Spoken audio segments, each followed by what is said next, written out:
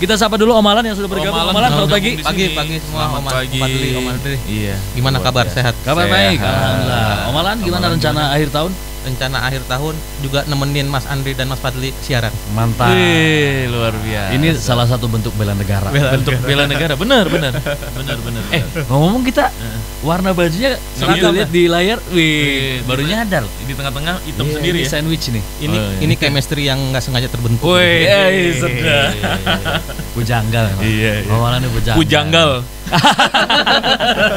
Agak janggal. Pujanggal tuh apanya Pugandring ya? Nah, itu dia. Nggak tahu tuh bikin apa. Oke, Om, yang lagi rame berita apa Om? Ini saat ini di pemberitaan yang lagi rame Di Okezone ya. Di Okezone, Okezone. terutama citra polisi lagi sedang banget disorot ya. Iya, Gitu. lagi disorot. Disorot banget berbagai macam kasus yang melibatkan oknum polisi sedang menjadi perhatian masyarakat gitu. Contoh. Yang salah satu yang viral kemarin adalah yang kasus penganiayaan pegawai toko roti George. Sugeng Halim. Sugeng Halim. Itu kan kasus itu terjadi pada tanggal 17 Oktober 2024. Berarti 2 bulan yang lalu ya. 2 bulan yang lalu. Kemudian juga sang korban juga telah melaporkan meski sempat ditolak di berbagai polsek. Kemudian akhirnya melaporkan di Polsek Cipinang. Tapi kemudian selama 2 bulan itu tidak ada update gitu Dari kasusnya.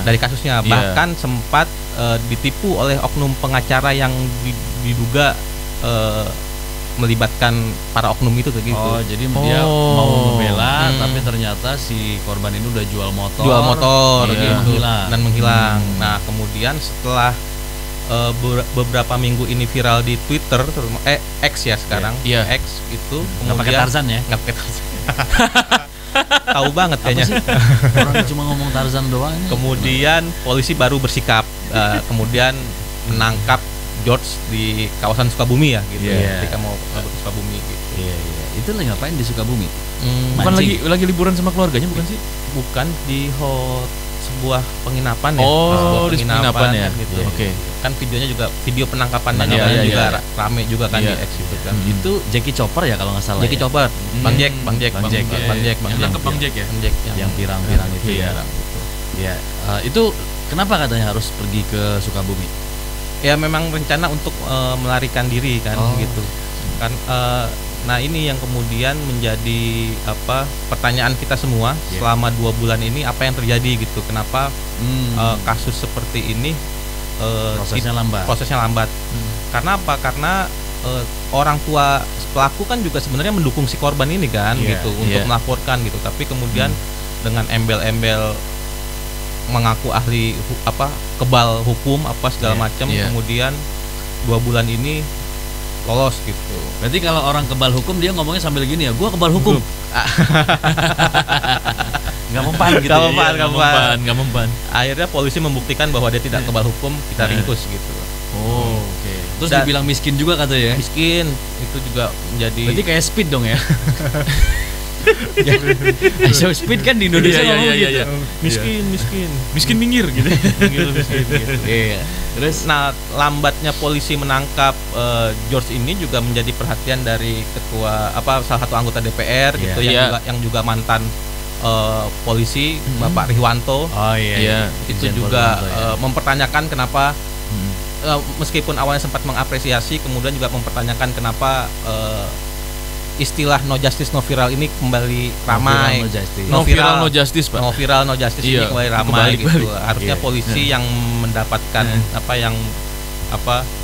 mendapatkan dari penghasilan dari pajak masyarakat harus bisa cepat mengayomi masyarakat gitu. Memproses laporan memproses lebih cepat ya. Sebelum viral ataupun misalnya nggak viral pun juga harusnya ya dilaporin aja, harusnya ditindak aja gitu ya kan? Sesuai dengan SOP-nya aja. Ketika ada laporan harus segera ditindaklanjuti kan. Nah, Pak Rihwanto juga bilang ya bahwa ini harusnya nggak ada yang istimewa dari kasus ini. Betul. 5 hari sampai seminggu itu bisa selesai. Bisa selesai. Iya. Karena bukan pidana yang rumit, pidana yang biasa terjadi dan ya gampang sebenarnya. Sebenarnya kan udah jelas ya. Jadi pelakunya siapa, korbannya siapa. Iya. Buktinya ada. Divisum juga kan. Divisum juga udah iya. Kenapa jadi lama? Iya, bukan sesuatu hal yang rumit seperti terorisme yang butuh apa segala macam. Ada sel-selnya segala macam. Serangan cyber yang melibatkan hacker apa. Fokusnya juga jelas di perusahaan itu kan. Iya. Mungkin di rumahnya juga karena kan si korban ini diminta untuk nganterin makanan ke kamar pribadinya si pelaku itu kan. Iya. Artinya kan udah jelas lokasinya di situ gitu. Dan dia juga kan sebenarnya nggak mau karena bukan emang tugasnya dia nganterin makanan kan. Iya, itu kan bukan tugasnya penjaga toko itu. Tapi katanya ini pelakunya ini ada ini ya kekurangan IQ kan gitu gosip itu sama emotionally quotation ya. Itu gimana tuh? Kalau itu harus diperiksa lebih lanjut sih di pemeriksaan dokter gitu. Tapi memang ada masalah di anger manajemennya mungkin ya. Anger management. Karena kan bukan cuman pegawai roti itu aja yang menjadi korban kan. Ibunya juga jadi korban. Sama adiknya juga. Adiknya juga pernah menjadi korban dari si George itu. Berarti emang temperamen orangnya. Kasar ya. Mungkin ada di anger manajemennya yang harus dikelola. Kalau soal lain misalnya kurang mentalnya kenapa gitu mungkin harus ada dibuktikan lewat harus dibuktikan ya. Jadi jangan hanya sekedar ada statement gitu yang kesannya jadi ini ya meringankan jadi alasan juga. Jadi alasan gitu. Ketua Komisi 1 Habibur Rahman juga bilang jangan jadi alasan. Iya. Tetap ini hukum harus tegak berdiri. Korbannya jelas ada. Karena isu itu nanti malah membuyarkan kasusnya sendiri kan. Betul. Kita harus fokus di kasusnya untuk bisa menjaga agar si George ini juga mendapatkan hukuman yang setimpal. Dia bisa bisa mesen makan dari aplikasi. Benar. Dia bisa ngomong gua kebal hukum. Iya. Lu orang miskin. Iya. Orang waras mana yang bisa melakukan pekerjaan-pekerjaan itu? Kalau dibilang katanya Down syndrome segala macam atau misalnya gangguan mental dan sebagainya. Itu kan sudah bisa melakukan pekerjaan-pekerjaan normal. Perilakunya biasa aja gitu ya. Nggak ada tanda-tanda yang berbeda gitu. Iya. Tapi kasus ini sama tuh sama kasus yang bayi tertukar tuh ya. Iya kan itu juga kasus lama kan? Yang bayi tertukar ya. Iya. Tapi setelah viral baru kemudian naik lagi kan. Nah, itu gimana tuh masalah? Ya itu tadi seperti yang disampaikan beberapa kayak Pak Riwanto tadi dan Kompolnas juga bahwa polisi yang mendapatkan amanat dari negara untuk menjaga keamanan harus bisa mengayomi masyarakatnya gitu. Jangan sampai sebenarnya kan no viral no justice ini kan istilah yang kurang baik sebenarnya. Artinya ada yang salah. Sindiran ya. Ada yang salah dari kinerja polisi. Padahal kita yakin kita butuh polisi yang baik gitu. Kita butuh bapak-bapak di kepolisian yang bisa menjaga kita gitu. Karena bagaimanapun kita tanpa polisi nggak bisa apa-apa gitu. Makanya oknum-oknum inilah yang harus segera saya pikir dibersihkan ya dari institusi Polri gitu. Iya. Artinya Sabtunya harus bersih. Untuk bersih-bersih Sabtunya harus bersih. Iya betul. Kemudian jangan sampai juga ada praktik pagar makan tanaman yang dipercaya untuk menjaga kita, melindungi kita. Malah justru Nah, ini kan soal fenomena no viral no justice. Nah, kalau di kasus yang tadi yang anak tertukar ini kan mungkin kaitannya dengan pihak rumah sakit ya. Karena si pengakuan orang tua korban ini bilang bahwa ketika belum viral, meskipun sudah berkali-kali konfirmasi ke rumah sakit, tapi responnya kurang positif gitu. Jadi kayak diabaikan, nggak terlalu didengar. Itu akhirnya diviralkan lah. Secara nggak sengaja juga sih sebenarnya viralnya itu kan sebenarnya cuman kayak memposting aja di sosial media keluhan-keluhannya apa yang dialami ternyata viral. Dari situ setelah viral baru tuh ada tanggapan yang lebih serius dari pihak rumah sakit. Sampai akhirnya kita terbuka untuk ekshumasi dan juga tes DNA gitu ya. Bahkan pihak rumah sakit juga mau menggratiskan menanggung segala biaya yang diperlukan ya dalam tes DNA dan lain-lain. Ya artinya semua lembaga saat ini juga ya mau apapun itu harus nunggu viral dulu ya, baru kemudian benar-benar ditindaklanjuti gitu ya. Iya. Ini krisis takutnya krisis communication-nya yang bermasalah ya. Iya, dan krisis kepercayaan juga kan akhirnya ketika kita tidak percaya pada satu institusi, akhirnya kita memblow up ke media, ke sosial media, akhirnya kita butuh bantuan netizen untuk bisa artinya kan ada krisis kepercayaan. Dan Bapak Kapolri kan juga Jenderal Sigit kan juga pernah pidato tuh di awal-awal pemerintahan Prabowo Subianto. Kalau ada yang salah potong kepalanya kan gitu. Itu saya pikir teguran keras gitu. Bahwa Pak Kapolri juga ingin menjaga institusinya agar bisa bersih dan harus profesional gitu, presisi lah gitu. Ini maksudnya potong kepalanya karena ikan busuk dari kepala gitu. Betul gitu. Artinya jika pemimpinnya tidak bisa bekerja keras gitu harus dievaluasi kan gitu. Bukan maksudnya ini kalau kita nggak kerja profesional potong kukunya Harun Masiku, bukan gitu ya. Kok jadi ke Harun Masiku nih? Tapi gimana tuh kalau kasus itu Harun Masiku tuh? Di mana dia sekarang? Kita nggak pernah nyangka ternyata misalnya kita pernah papasan benar-benar di Pasar Baru misalnya. Dan ini jadi tantangan anggota ketua KPK yang baru ya, pimpinan KPK yang baru. Ini siapa nih? Ini Harun Masiku tahun 2020. Kan sempat dibilang juga ada di Indonesia kan, ada di Indonesia. Sempat masuk ya, sempat keluar tuh sempat masuk juga. Tapi ini modelnya kayak Gayus ya dulu ya, ini Gayus Tambunan. Yang tiba-tiba ada di lapangan tenis. Oh itu kalau dia udah ditangkap, udah ditangkap. Iya, tapi kan maksudnya hilang-hilangannya, terus kemudian menggunakan wig dan segala macam di jalan mungkin kita nggak tahu bener. Iya kan? Ini terus dia kayak ini nih kayak Muhammad Nazarudin dulu kan, yang buronan juga. Betul. Terus di Skype. Oh ini napi-napi lainnya ya? Apa buronan-buronan lain yang dirilis tuh foto-fotonya sama KPK ya? Jadi selain Harun Masiku kemarin dirilis foto-fotonya sama KPK itu ada Thanos juga. Benar Gregory apa sih siapa namanya? Thanos nama lengkapnya. Yang jadi buron KPK juga. Ada 4 atau 5 orang gitu kemarin yang dirilis KPK tuh foto-foto terbaru. Artinya sebenarnya KPK juga bisa bertindak sebenarnya ya harusnya ya. Karena kan Harun Masiku ini ketika ditangkap mungkin bisa membuka kotak Pandora kan, membongkar sekian banyak kasus. Jangan-jangan dari Harun Masiku ini ternyata kebongkar ya mungkin kita tidak tahu, mungkin bisa diharapkan ditangkapnya Harun Masiku bisa. Jangan dia ini ya kunci kotak Pandora tadi ya, untuk mempunyai efek domino yang luar biasa besar gitu, mengganggu stabilitas politik mungkin. Sedap. Berat ya. Berat.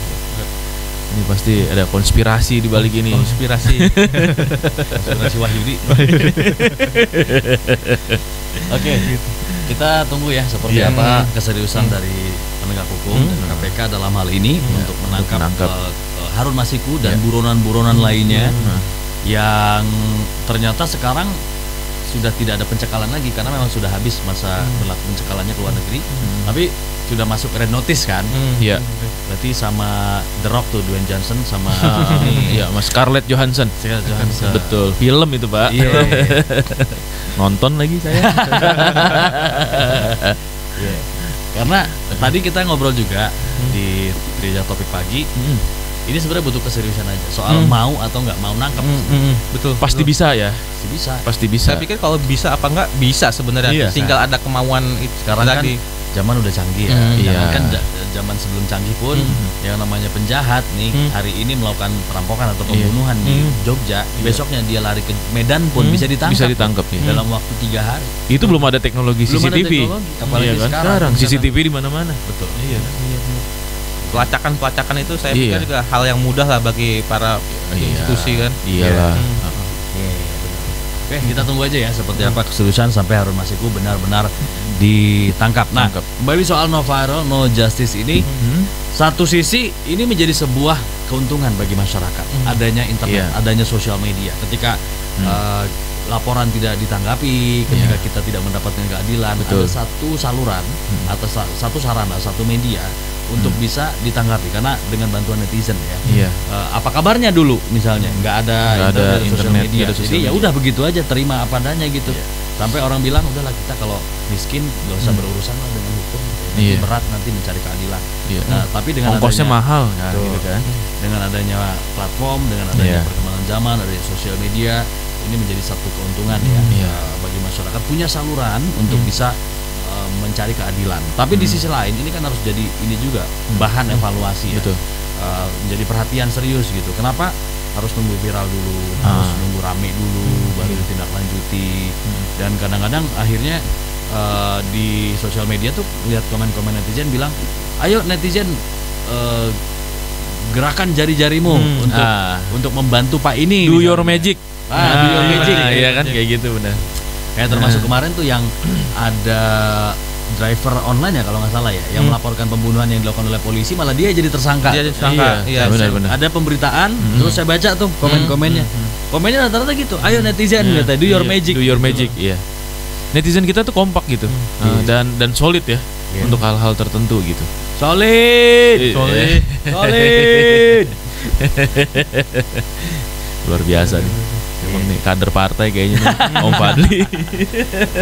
Ya, kita harus solid, Pak. Harus solid, betul. Dalam hal apapun. Dalam hal apapun. Tapi tadi itu benar yang dibilang Om Fadli bahwa netizen kita itu memang saat ini ya punya kekuatan gitu ya untuk melakukan banyak hal gitu ya, termasuk dukung-mendukung ya kan, support-mensupport, termasuk juga ya tadi no viral no justice itu kan berkat juga keaktifan dari netizen ya.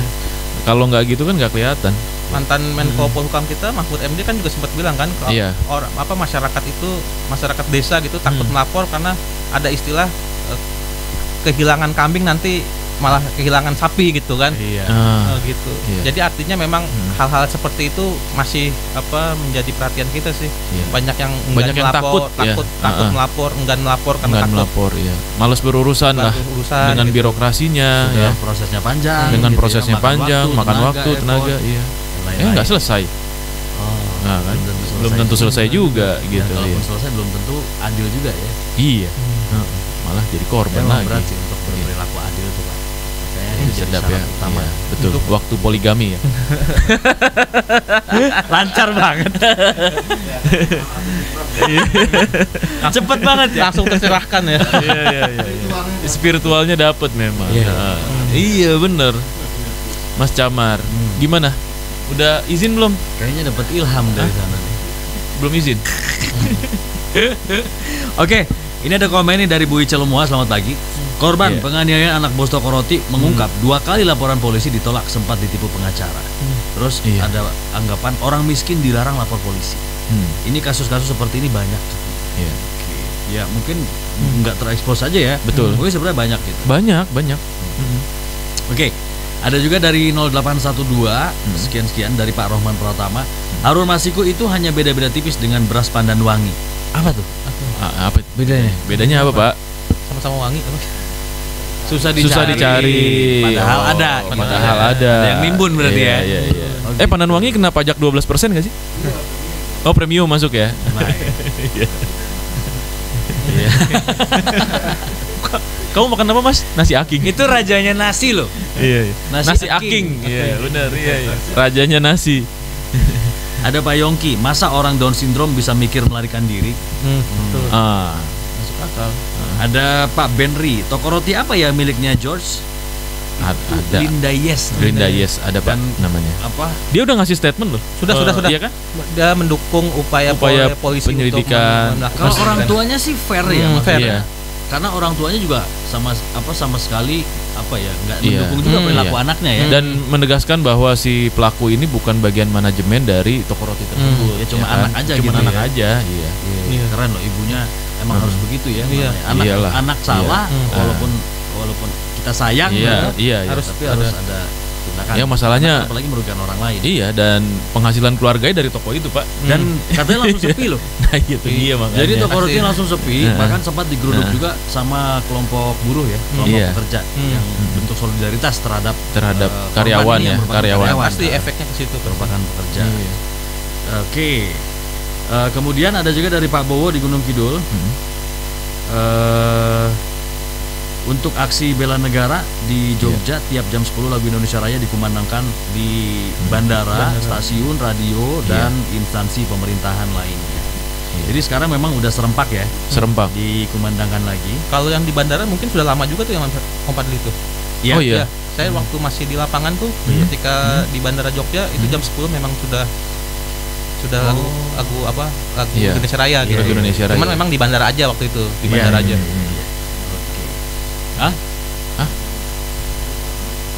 Di mana? Wolo-Molo. Oh iya, di kafe maksudnya. Oh iya, memandangkan Indonesia Raya juga. Ya bagus itu, berarti ada nasionalismenya. Iya. Supaya kita semakin kuat lagi nasionalismenya ya. Apalagi kalau serempak nih di semua tempat, instansi, kantor, di kafe, di TV, di radio udah pasti tuh tiap jam 6 tuh. Iya pasti. Jadi Kumar nih, dia bukan muter lagu Indonesia Raya, dia yang nyanyi. Oh iya, katanya jadi dirijennya dia. Ketukannya 4/4.